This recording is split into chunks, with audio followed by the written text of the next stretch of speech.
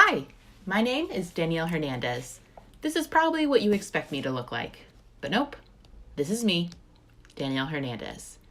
And I know that was what you expected because I've been hearing that kind of thing my entire life. I'm Danielle Hernandez, a white passing biracial woman.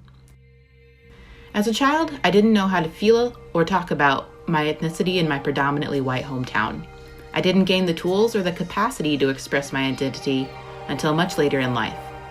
My big question a few months ago was, are other multiracial children experiencing this? How might we better support their self-awareness and aid their expression?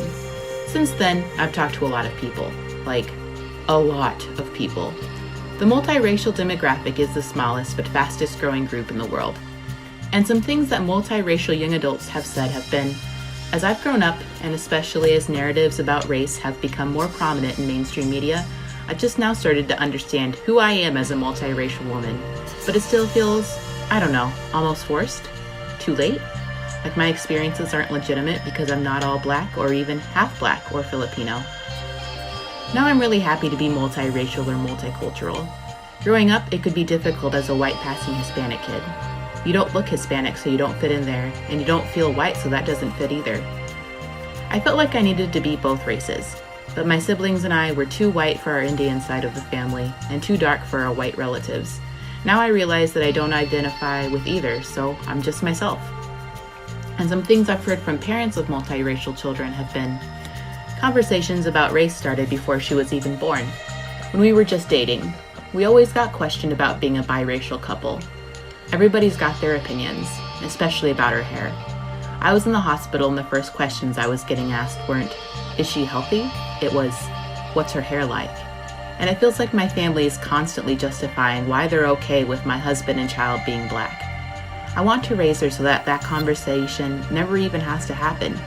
But I feel like if it does have to be a conversation, it's probably going to come up because of something other kids and friends of friends have said. And if it does happen, I'm probably going to tell her, go talk to your dad.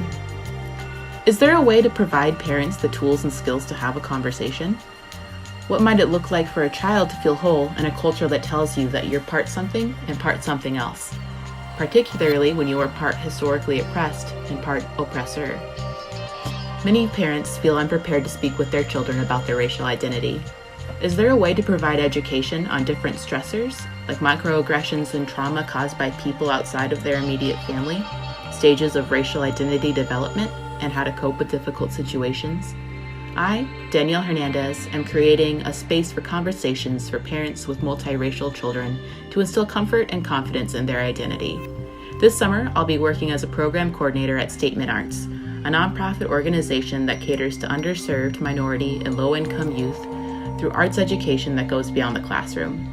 I'll be serving as the main point of contact for families in Washington Heights.